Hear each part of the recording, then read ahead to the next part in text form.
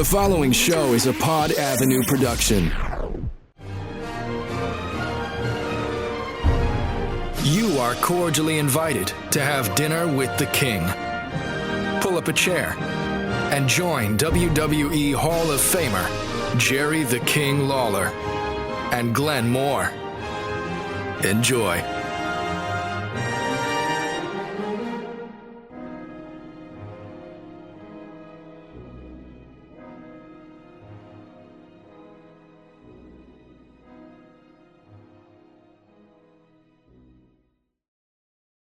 Episode number 64 of Dinner with the King. I'm co-host Glenn Moore, joined here in the King's Castle here in Memphis, Tennessee, with WWE Hall of Famer Jerry the King Lawler. Jerry, I'm still here. Glenn, you are still here. I'm looking at you eye to eye. I can't believe that you are still here in Memphis. This is two shows back to back in the same room. There's an old saying, Glenn. Oh boy.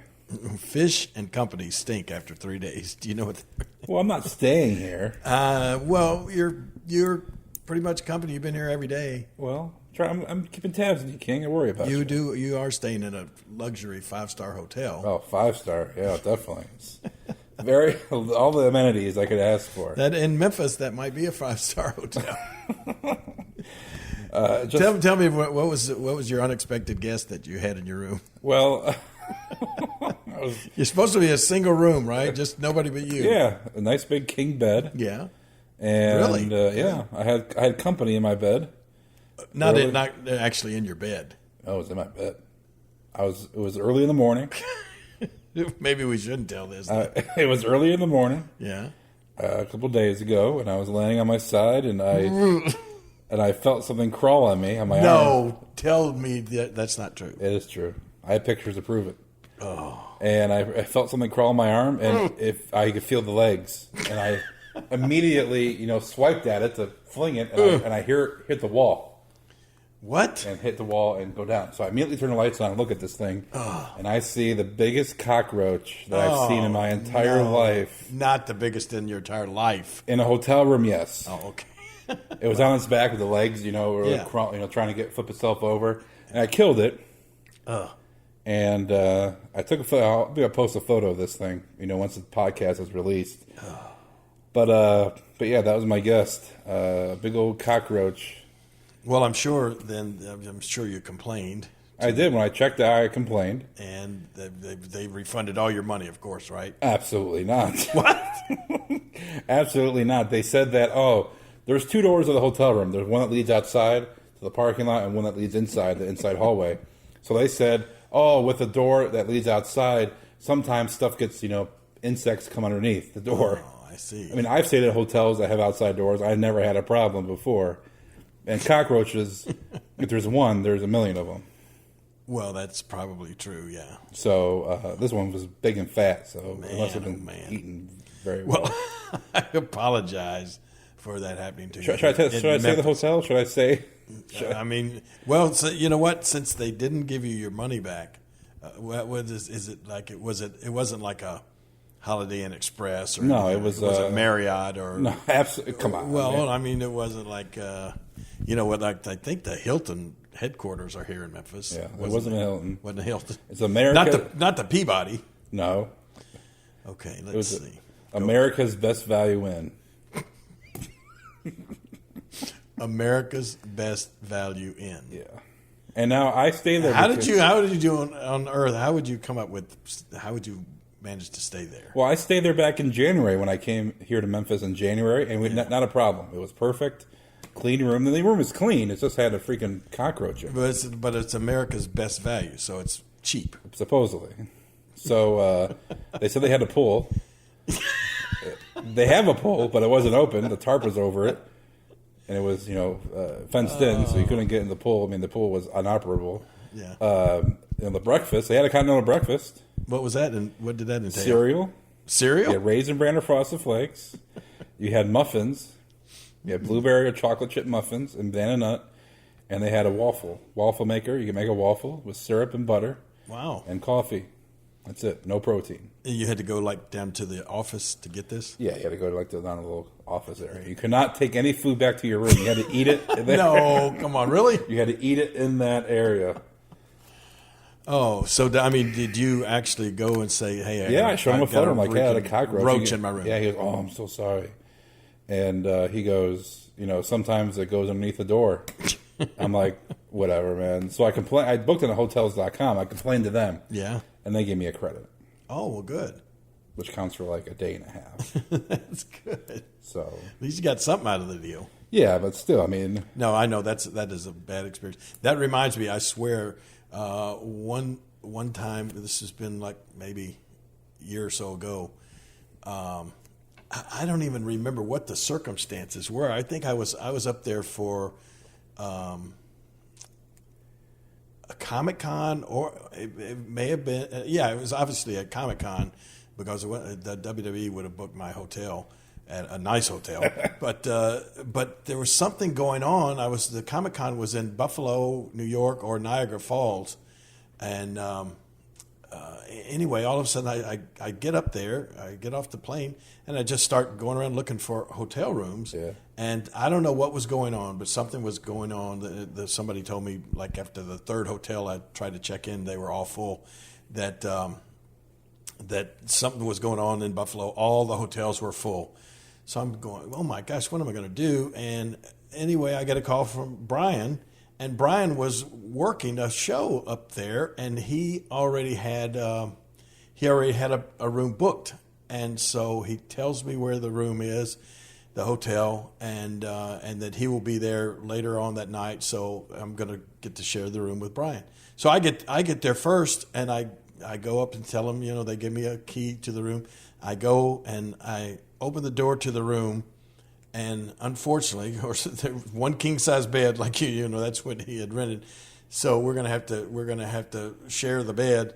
But we were already going to be sharing the bed, because right on the pillow, right there as I walk in the room, there was a freaking spider, about the size of a quarter. Yeah. And he's just sitting all nice and proud right on the white pillow, waiting for you, just waiting for me, right. And so that's one other time, a long time ago, I was staying in a hotel, and I don't know, I got in bed and I'm watching TV or something. I look over on the floor and I see like this it was like a piece of food, a crumb of like a cupcake or something that I'd been eating earlier.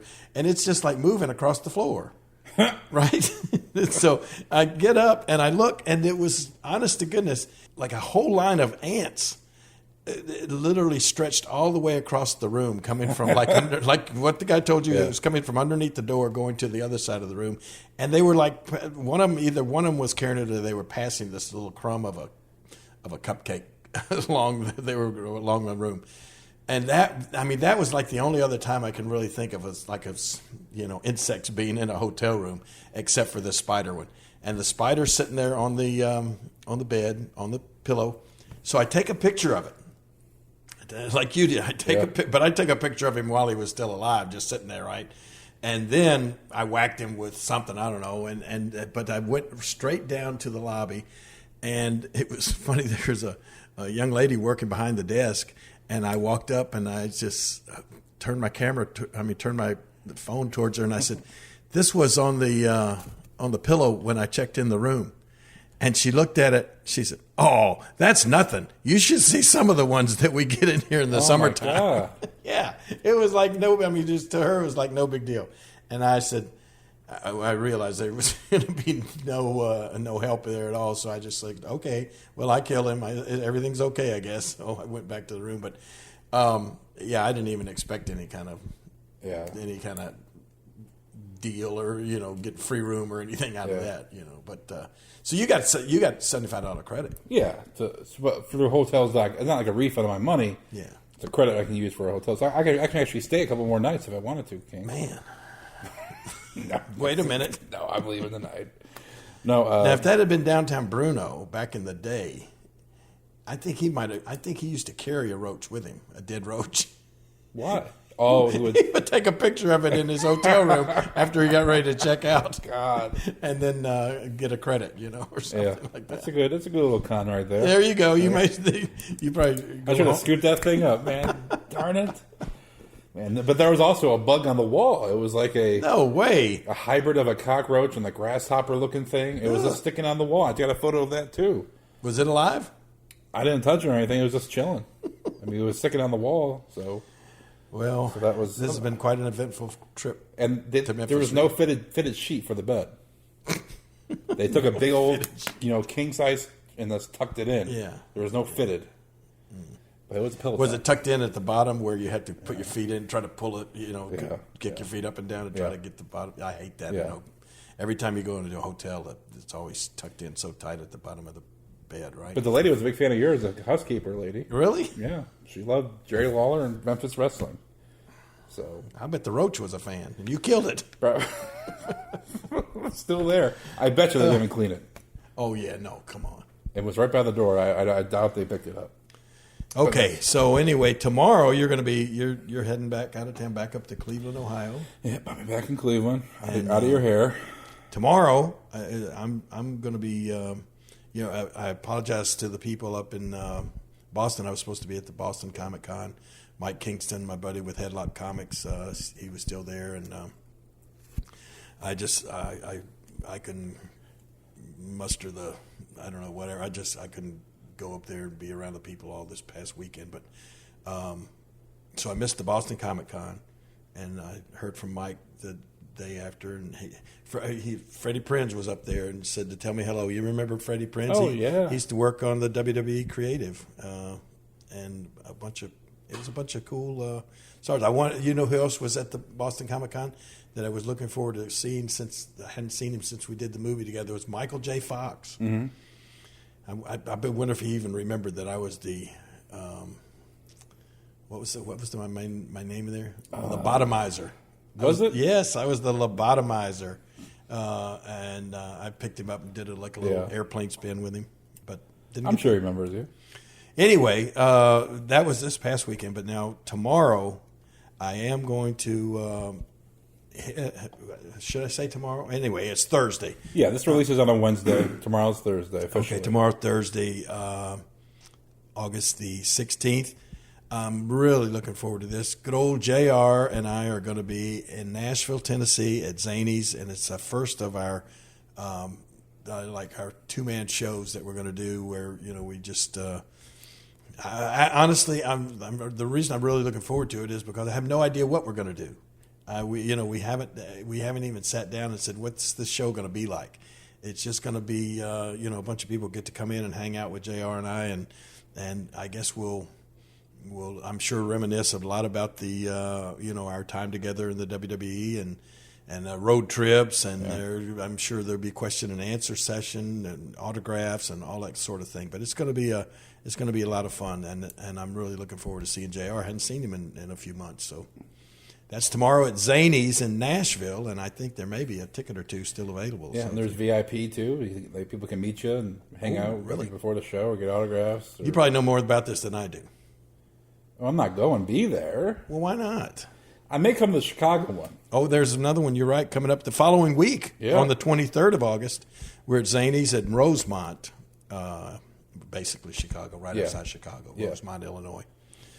And so you may come to that one? I may come to that one because we got to go to Chicago together on the 30th, 31st, and then September 1st. We're going to be doing the podcast from up there, right? Yeah, we're with Terry Funk. The arena match retrospective. And then I think you're doing a dinner with a king. Actual people, like I think 10 people. Are getting to have dinner with dinner with you. Wow. And so you do that, and then you leave the 1st in the morning or like early afternoon. You come back to Memphis, and I believe you got a show on the 1st down at a casino in Mississippi, I think. I think so. September the 1st. Yeah, because you got to come back for the 1st.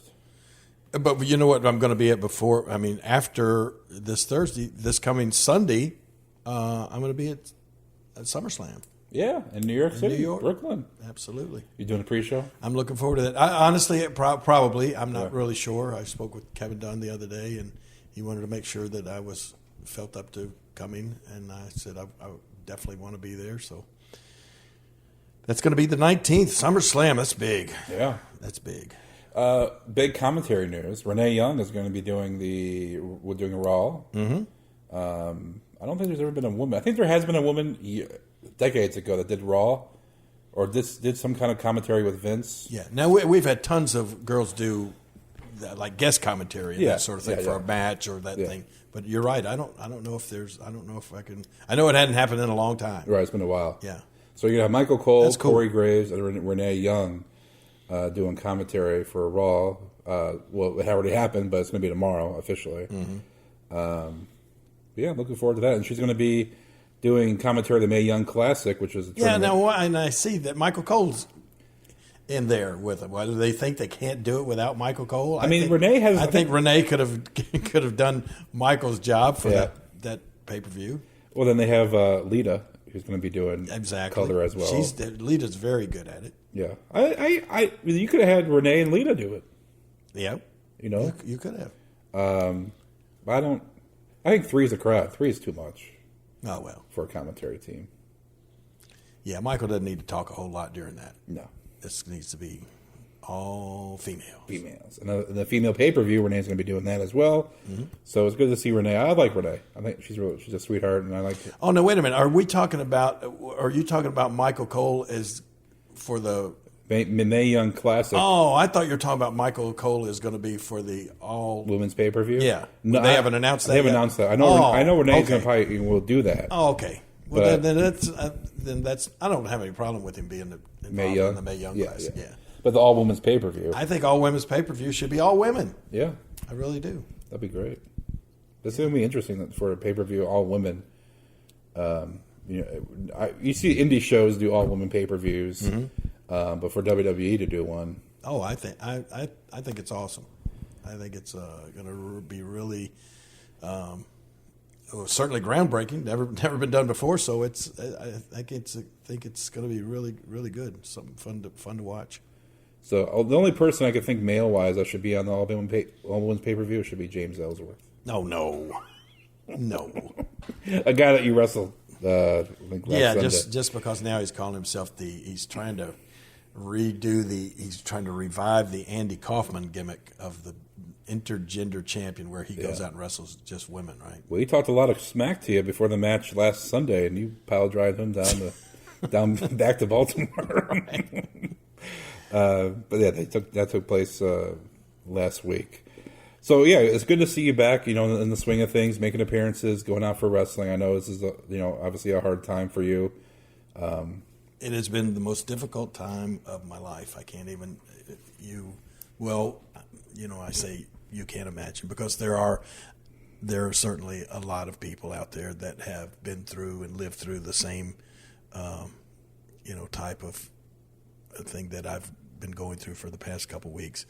But losing a child is something that is, you just never think it would happen, and then when it does happen, you can't believe it. I mean, I wake up every single morning since this time, and boom, that's the first thing that comes into my head, and I think, well, hopefully that was a nightmare. Was this a dream or whatever? And it just, of course, takes a minute or two for it to sink in that no, this has really happened, and since our last podcast, we've gotten a ton of information and a ton of contacts and people reaching out about information, of what may have really happened. I know, everything that was reported said that Brian committed suicide by hanging himself, and now since that time, at least I'm certain in a lot of people's mind, and certainly in my mind, I have serious doubts as to that actually happened. I mean, just things that right now we're not at liberty to discuss them, or some of the parts about it we're not at liberty to discuss, because there's still the Tennessee Bureau of Investigation is conducting their own investigation into what happened, and they're not, it's still an ongoing investigation at this time. And once they finish that, they will report to the Attorney General in Hardeman County. Unfortunately, that's that's the same place that the jail and the sheriff and that I don't know. To me, it all seems like it's a good old boys network, basically. Yeah, it really does. That's the stuff that we've been hearing about what goes on up there in Hardeman County. So it's just been very, very frustrating. I realize, of course, the sad thing is nothing's going to bring Brian back, but by the same token, we just want to know the truth. We want to know what really happened, and we've spoken and had been contacted by not one, not two, not three, but 4 different eyewitnesses to the incidents leading up to the time that Brian died, and they've all been on the same page, exactly what their stories all were exactly the same on what took place before all this happened, and every single one of them said, nobody, there was nobody that saw Brian in his last few moments. At least nobody that is talking to us. But every single person that was in the cell with Brian or in the jail with Brian that day swears. One of the guys said, Mr. Lawler, he said, I've got $92 to my name. And he said, but if I had $9 million, I would bet it, all of it, that Brian didn't hang himself. Yeah. And so, and these aren't people that have anything to gain by talking to us. As a matter of fact, a lot of them are scared and are worried about their own safety after talking to us and telling us some of the things that went on in the jail cell that day. So it's really, really frustrating to hear these things, and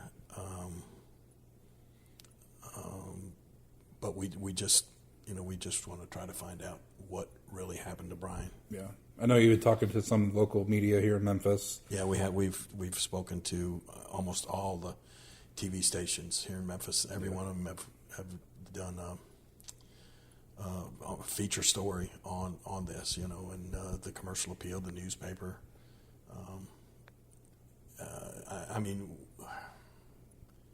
We just want to find out the truth. And the important thing is, you're talking to all the media. We talk about on the podcast is it can't just go away. You got to keep the pressure on whoever is doing the investigation.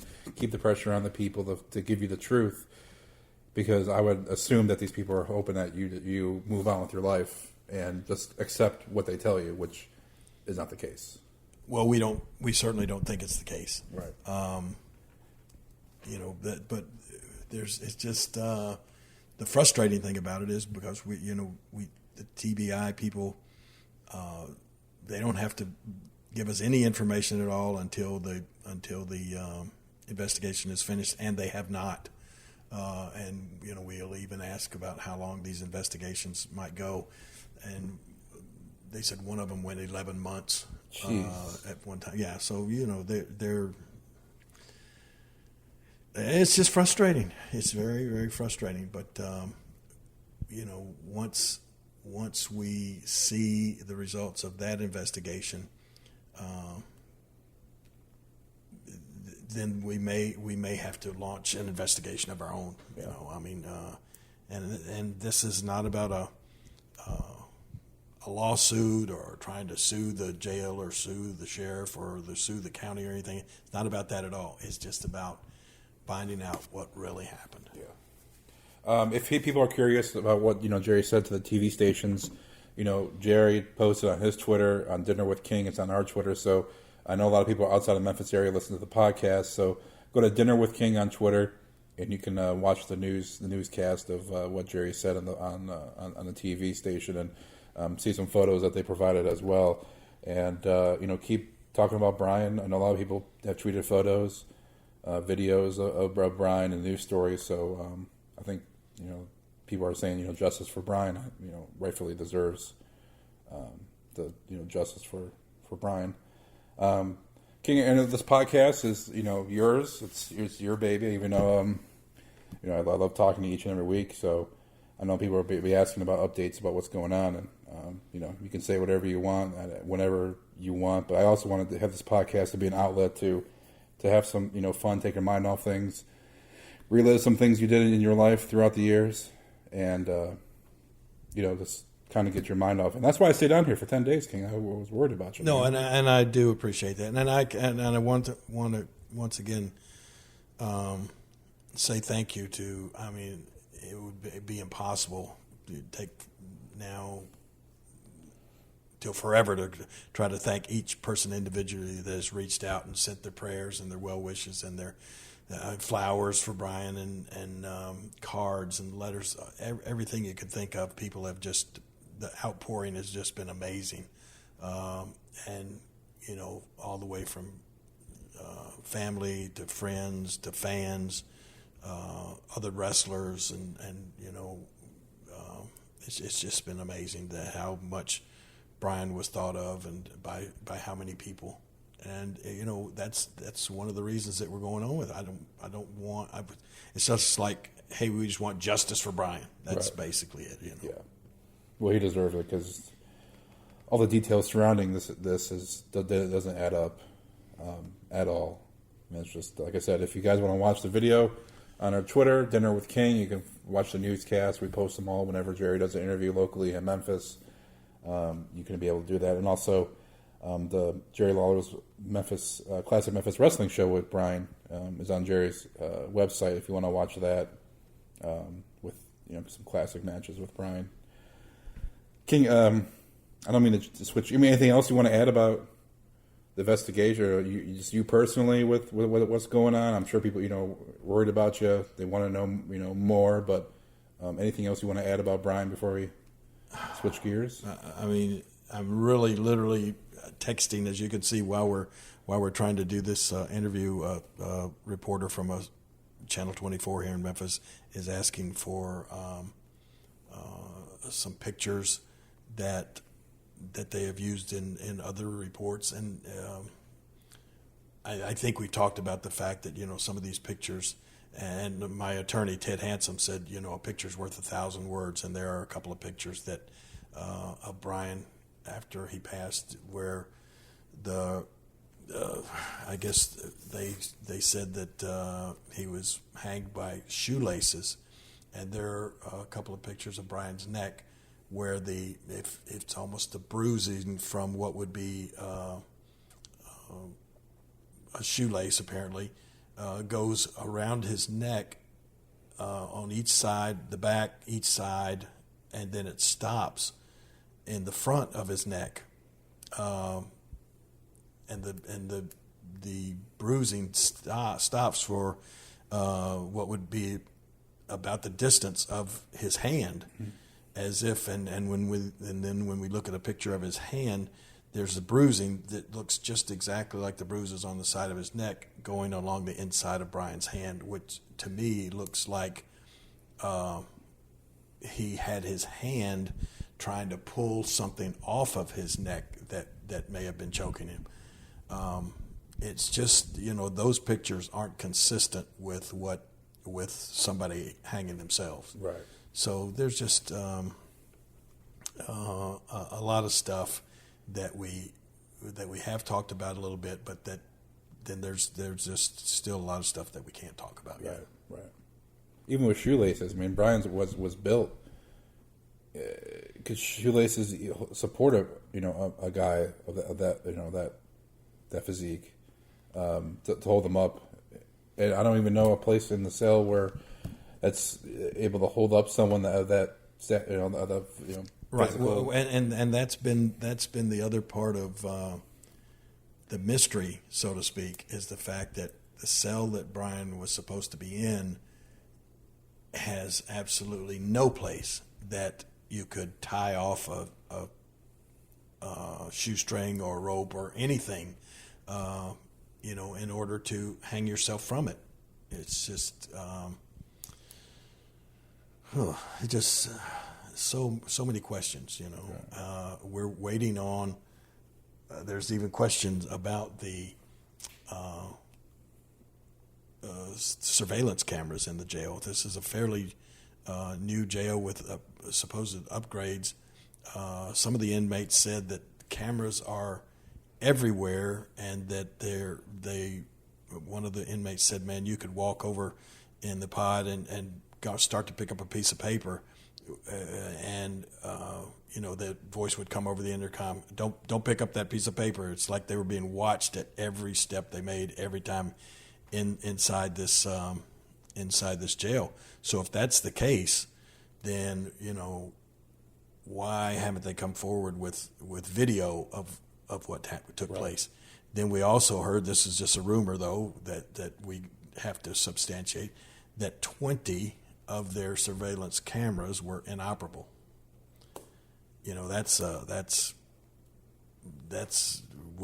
That right there is just, I don't know if it would, inexcusable for a place to keep people in. Absolutely. Yeah. So there's just a lot of stuff that we're going to have to find out from the jail and from the correction officers and all of that sort of stuff. Every inmate's movements should be logged in and tracked and everything all day long. So, we're just going to keep looking, keep searching till we find out. All right, King. To wrap up this episode, we have a book here that you were given by Mark James. I'm glad you're kind of changing the subject now. We're going to take let's get in a better mood, okay? Yeah. Okay, cool. But for future episodes, we're going to have a segment of the show called Pick the Date.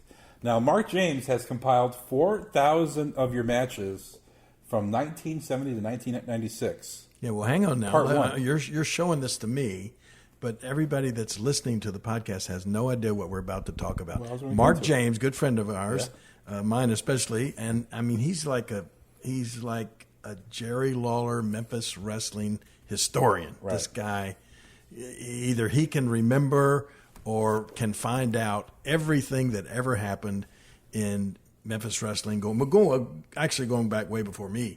But what Mark has done, and you're holding it up right there. I wish everybody could see it. I mean, we'll tweet out pictures of this and how they could get it. But Mark has just finished putting together a book, and let me see the cover again.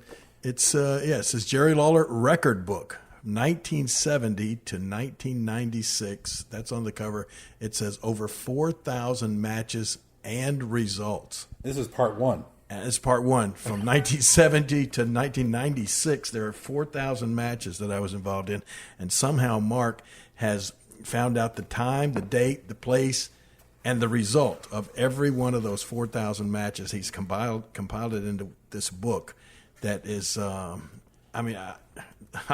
it's amazing for me to just thumb through this thing, see the great pictures.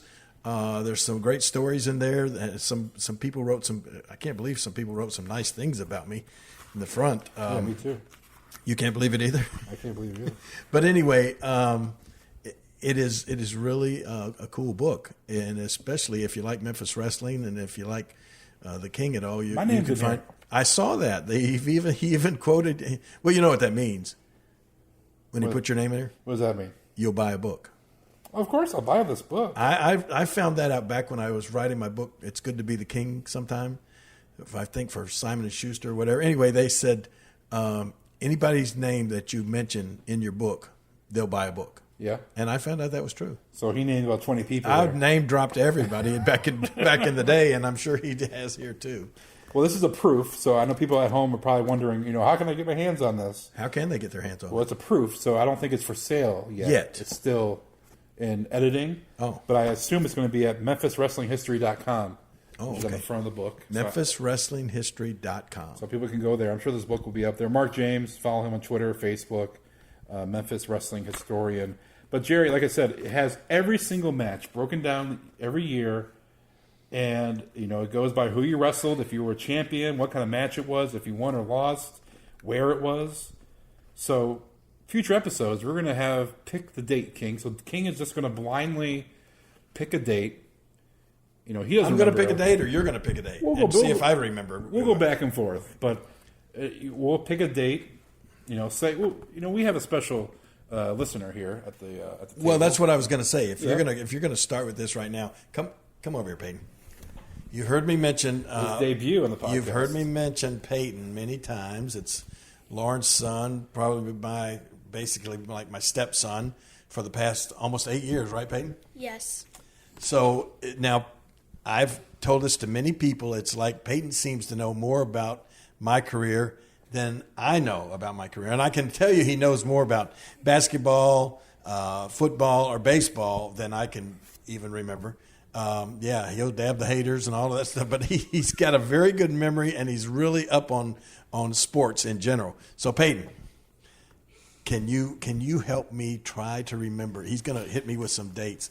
You help me try to remember, or maybe we'll hit him with some dates and see what happened on these certain dates. Is that okay with you? Yes. Well, let's have Peyton pick a date. Peyton, pick a date. And then I'll give you the match, Jerry, see if you remember who this, what this match was about, if you won or lost. Oh, you know what? You know what would be kind of cool, Peyton? What date were you born on? November 24th, 2007. November 24th, 2007. Do you know what day of the week that was? No. You don't know? I've stumped him already right off the bat. But November 24th, 2007. Yeah. Well, this only goes 96, Jerry. Oh, we're going to... We screwed this thing up already. Peyton, look, Peyton's running around with his hand over his head. Sorry. What?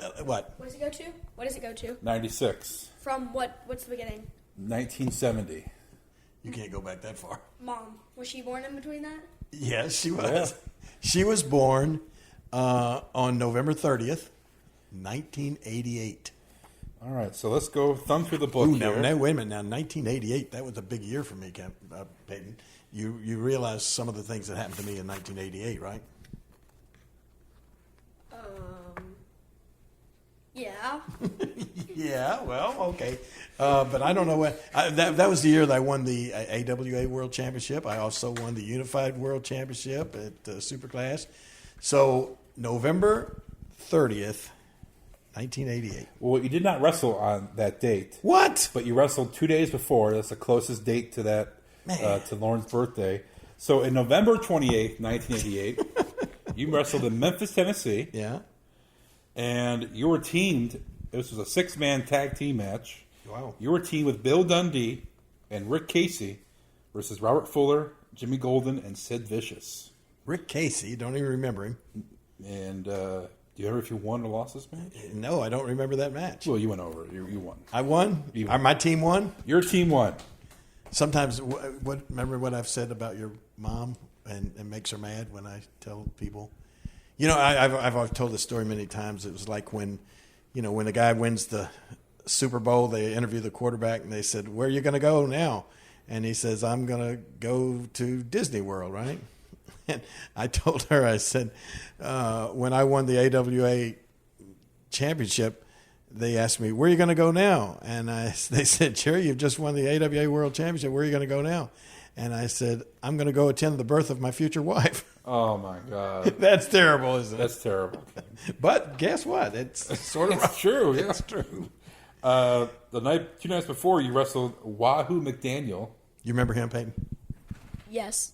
You remember Wahoo McDaniel? No, he doesn't. In Bloomington, Indiana, for the AWA World Title. You know, I did. That's amazing.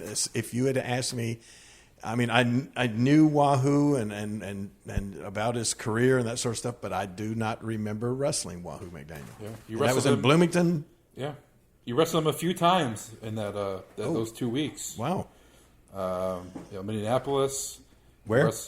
Minneapolis. Minneapolis. Okay. Las Vegas. I wrestled Wahoo in Las Vegas. Yeah, and you won. DQ over Wahoo McDaniel. A lot of DQ wins over Wahoo McDaniel. Yeah, he was very tough to pin. Must have been the same finish. Could have been. I don't know. For those dates. But yeah, that's so we'll pick a date. Okay. For future episodes, we'll do a whole show on this. All right, let's do this. Let's do a couple now. Let's start from 1971. Okay. Let's go. Let's do this, Peyton. Let's go. Your birthday again was what day? November 24th. Okay, November 24th, 1971. Was I wrestling that day? Well, you wrestled November 19th, 1971. You and Steve Lawler. Yeah, Steve, man. My brother, that I can't say what he called himself. Brother Effer or something like that. That's what he called me, actually, you can say later it on on. the podcast. No, I can't say it. Because Peyton's sitting right here. But anyway, yeah, when I first started in the business, they sent me down to Alabama, which was sort of like a NXT territory. Oh my gosh, they've got pictures of me from down there. Yeah, this book is awesome. 1971, a young Jerry Lawler. Look at that. Oh my gosh, look at this picture over here on the other page. That is Sam Bass trying to convince me to take a drink of beer. That's really what we were doing right there. And I said, no, Sam, I'm not going to do it. We'll treat these photos out. Okay, yeah. So anyway, they sent me down to what would be the NXT territory now for Memphis. And, of course, Memphis had, major cities like Memphis, Louisville, Birmingham, Huntsville, Nashville, Lexington, all of those major cities, Evansville. But then they had this little small territory that Bill Golden ran, and it consisted of Anniston, Alabama, Montgomery, Alabama, Gadsden, Alabama. We'd go to Columbus, Mississippi on Mondays, Tuscaloosa, Alabama. And the guys could go down there that were just kind of getting started and still wrestle every night, so you're getting a lot of experience. And that's where they first put me with Sam Bass. But first, before Sam Bass, they put me with this guy named Steve Kyle. He was about the same age as me, and they called us the Lawler brothers. So he was wrestling as Steve Lawler. His real name was Kyle. And so that was that. Who were we wrestling? You wrestled Ramon Perez. Yeah. And Woodrow Bass. Woodrow Bass, which later on became, I think, Ron Bass, or maybe that may have been what Sam was. No, Sam was always wrestling as Sam Bass. But, yeah, the Bass brothers were big down there at that time. That's kind of the team that they were pushing, and they wound up breaking that team up, taking Sam and I think Woodrow was actually Jim White. They took Sam Bass and Woodrow Bass and changed his name to Jim White and put me with Jim, and we came up to the Tennessee territory when we were ready. I think a lot of these photos in here are from Jim Cornette. Oh, really? Well, now certainly those aren't. Yeah, Jim right. Cornette probably wasn't even born. I'm saying just thumbing through, next pages. I mean, it says photos. Oh, yeah, tons of photographs in there by Jim Cornette. Yeah, a lot of, that gives credit to Jim Cornette. But a ton Well, of that's photos. another thing. A lot of people didn't realize that's how Jim Cornette got his start in the business. He lived in Louisville, Kentucky. His dad actually worked at the Louisville Courier-Journal. And Jim started out, when he was 12 years old, he started out taking pictures of the wrestlers there in Louisville and became our wrestling photographer for our company. What are you laughing at? Here's a photo. What is it, Peyton? Tell me. It's a funny picture of you. Here's a photo of Jim White. Boy. Jim White. Jimmy Kent. And Jerry Lawler. And Jerry Lawler, you have a goatee. Yeah? What's wrong with that? I'm like, come on. Jerry Lawler doesn't have a full goatee mustache with a beard. I did that. I had that for a long time. I've had every kind of facial hair. Yeah, you had that for a very long time. It just looks funny. Let's see it. Let me see it. It does look funny from, not regularly seeing you like that. How can you look at that picture and talk about the hair on my face? Look at my chest. I look like Sasquatch. I look like Bigfoot. Good grief. I don't know how. I will tell you this, too, and I think I've told this story before. It took Hulk Hogan, when Hulk got in the business, I think he was the first guy I saw that actually shaved his back. And until that point, I had never thought about shaving this woolly mammoth hair on my shoulder blades. Oh, we got a sweater on. Yeah. And the funny thing with Hulk, he had one of those, I don't know if you've seen a long shoehorn, like a long plastic shoehorn that people like you that have trouble bending over to put their shoes on. I'm talking to you, Peyton. No, I'm kidding. I'm not talking. But anyway, these people would have these long shoe horns, and you could, stand up and help put your shoes on, right? Yeah. Yeah. So Hulk, would take a plastic, like one of those old Gillette razors, right? Right. And he would tape it with duct tape, to tape the razor to the end of that shoehorn, and then use that as a long, like a way to shave his back. That he could reach all the way down and around his back. Why didn't he have a lady do it for a lady friend? Well, that came later. Right. I mean, a lot of times you'd be in the locker room and need to, yeah. Get a little spruced up look and everything. So anyway, but this book is just amazing. Wait. What? We do one more? 71. Let's go to 81. Okay. November what? 24th.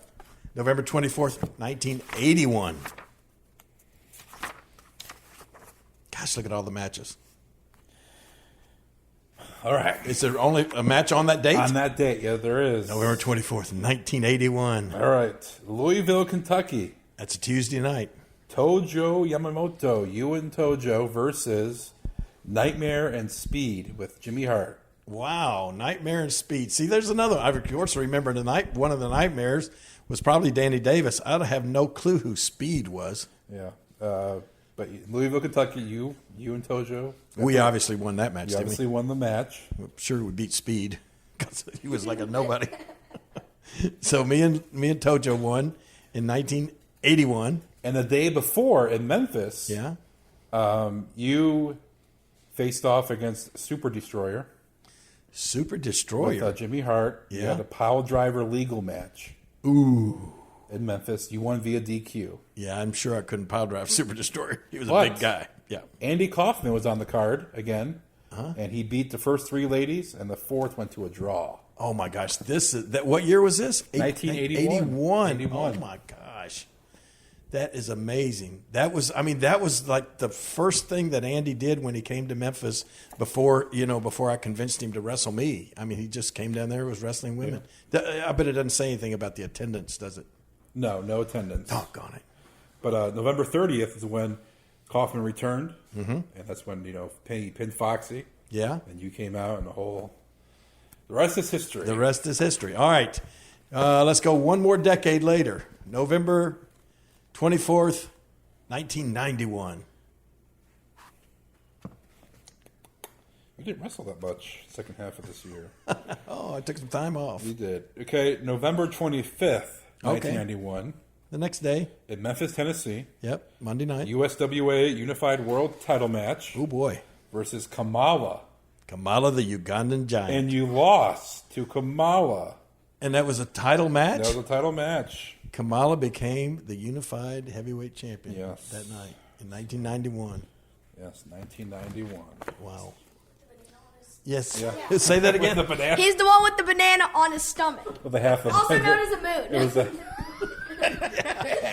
it was a crescent moon in reality, but somehow every night he thought I was painting a big banana on his stomach. So we're going to go in depth with different podcast, different various shows in the future. That'll be fun. Because it brings up stories of guys you probably haven't heard of in years, King. Oh, without a doubt. And guys that I'll come across matches that I don't even remember. And we're going to cut that. That's my ringtone, as a matter of fact, on my phone there. Well, I can't play. Oh, darling. I don't want copyright infringement from the Beatles. Oh, it didn't even play enough. You can get by with 15 seconds or less. But we're looking forward to, like I said, hit MemphisWrestlingHistory.com. Mark James. Not only does he have this book probably in the future, but just now he has a ton of Memphis wrestling books on there. Yeah, he does. I mean, Mark James is just amazing. You know what we've got to do? Get Mark on. Why don't we do that? Why don't we get Mark on when we do the when he releases? Yeah, when he releases the book. Yeah. Well, not when we releases the book. Maybe when we do the episode about all the. Yeah. Well, we're going to do like episode. There's so many matches. Yes. We're not going to do 4,000 of them, but we'll do some dates. We can't do all 4,000. No, we got to do. Well, and you got to realize that's 4,000 between 1970 and 1996. And you have thousands more. So 1996 to 2018. How many years is that? I mean, that's 22 years. Wow. So there's probably another 4,000 matches. Huh? I would think so. I mean, he had to pick a halfway point. So that's probably a halfway point. So I've had like 8,000 matches in my career. I don't think he had. You know what? But you didn't Peyton wrestle. says at least. I would think maybe a couple thousand from 96 to now because you didn't wrestle. I mean, you're not wrestling every week. Yeah, you're right. And you weren't wrestling town to town every week, every day. So back then, you're right. That was some of those years was like 6 to 7 times a week, or sometimes even more because sometimes we would do 3 TVs on a Saturday, and you wind up wrestling 10 times. Sometimes a double shot. Double shots too. Yeah.